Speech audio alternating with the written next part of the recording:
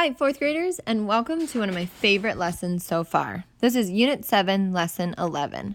Now, the reason I say this one is my favorite is because we are working with algebra, which is amazing because it's like solving a puzzle. Now, they use a lot of really fun, sophisticated words as well. So we're going to be simplifying expressions, which basically just means solving them, by performing operations, by solving problems, to combine like terms or variables, which remember are letters in math, which you're like, what are letters doing here? But they were just missing out on all the fun, and they decided, hey, I want to come in and play with some math. So we see problems like this all the time in math, where we have a variable, and we're adding or subtracting more variables. So it's basically here, this problem is basically saying 1n, or n by itself, plus 5 more n's is going to equal how many n's altogether. So it's basically like n, the first one, called up all his buddies, 5 of them to be exact, 1, 2, 3, 4, and the fifth one, n, called them up and is like, hey, I'm having a birthday party. Can you come over and join me? Addition. So all together, they're basically asking how many n's went to this birthday party. Well, when you count it up, here's the one original n, plus the 5n that he called, 1, 2, 3, 4, 5, plus the original. That's 6 n's getting together for this birthday. Now, let's see what happens when we take away. So this time, we have 9 e's that are at the birthday party. So 1, 2, 3, 4, 5, 6, 7, 8, and 9 e's that are all like, oh my gosh, this birthday party is the best thing I've ever been to. I love cake.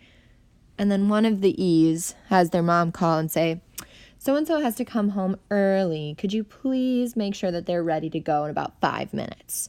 So then in 5 minutes, we have to subtract or take away one of these e's from the birthday party. So then how many are left? 1, 2, 3, 4, 5, 6, 7, 8 e's are left at the party.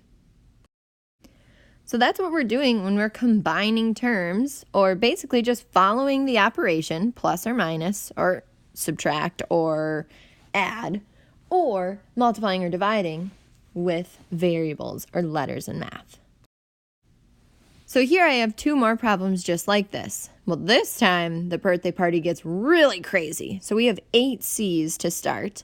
Then another C joins the party. So far we have 8 plus 1 more, 9 C's partying it up and eating lots of birthday cake. And then another C comes to join the birthday party as well. So then we have 8, 9, 10 C's singing happy birthday to Bob, or whoever's birthday it is.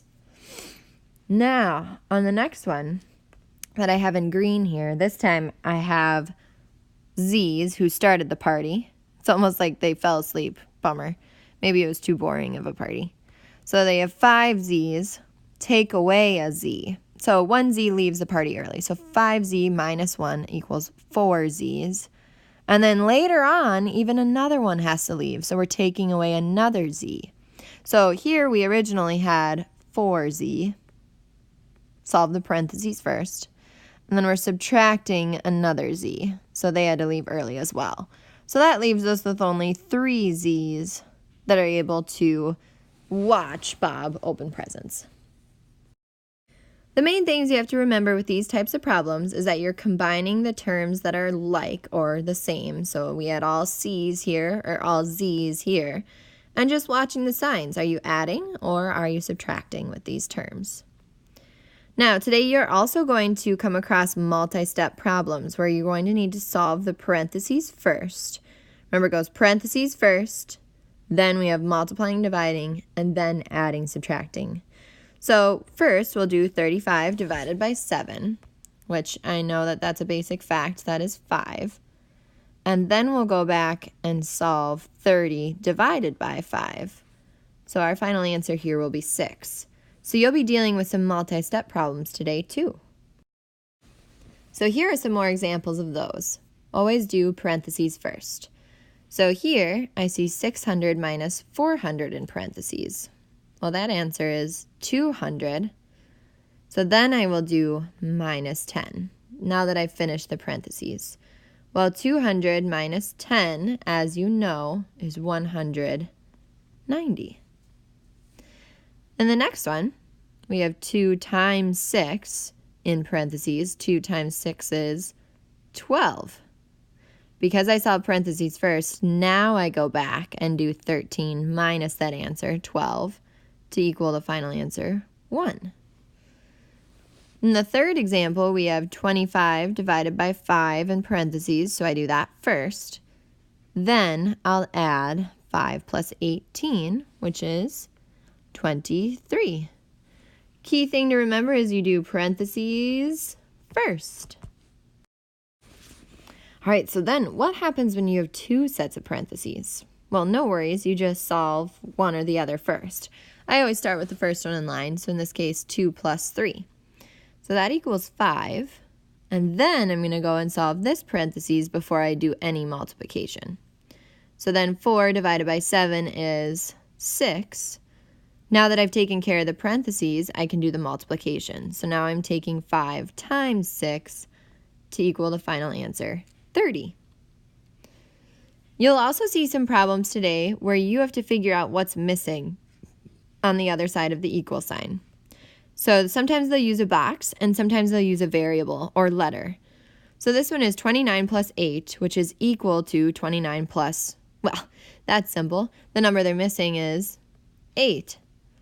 So really, you're just looking for what's missing and what would need to be there in order to solve it. So something times 14 is the same as or equal to 15 times 14. Well, what's missing? The 15. So A would have to equal 15. And then the last one here is 60 plus 10 is the same thing as what plus 60? Well, this would have to be what's missing on 10. 10 is missing, so that would have to go in the box. Now here is a little bit trickier. They have 6 times 40 plus A equals 6 times 40. Okay, so far I see these numbers. Plus 6 times 5. Okay, so 6 is still represented, but ooh. Over here I see a 5, so that must be the number missing. So A equals 5. So this is a review of all those properties you've learned: associative, commutative, and distributive. This fancy one, this last one, was distributive. Commutative basically means no matter how you switch the order, it's going to equal the same thing. Remember, associative is using those parentheses as well, hugging the numbers together. So you might see something like 2 plus 3 plus 5 is the same thing as box, in parentheses, plus 5, and then plus 2. So you would look on each side and see, okay, so 2 plus 3 plus 5, ooh, I see 5 and 2 here. What's missing? Well, the thing that would belong would be 3. That's what's missing. Today we'll also be evaluating or solving an expression or equation. So sometimes they will tell you what the letter is instead of solving for the letter. So in this case, they're telling us that B equals 3. So in this problem, instead of thinking, okay, what does B have to be, I substitute it in right away. So I know that B is 3 in this problem. So I'm actually going to grab that 3 and cover up the B now that I know what it is. And now I solve for the final answer. So we'll start with parentheses first, as always. So 8 divided by 4 is 2.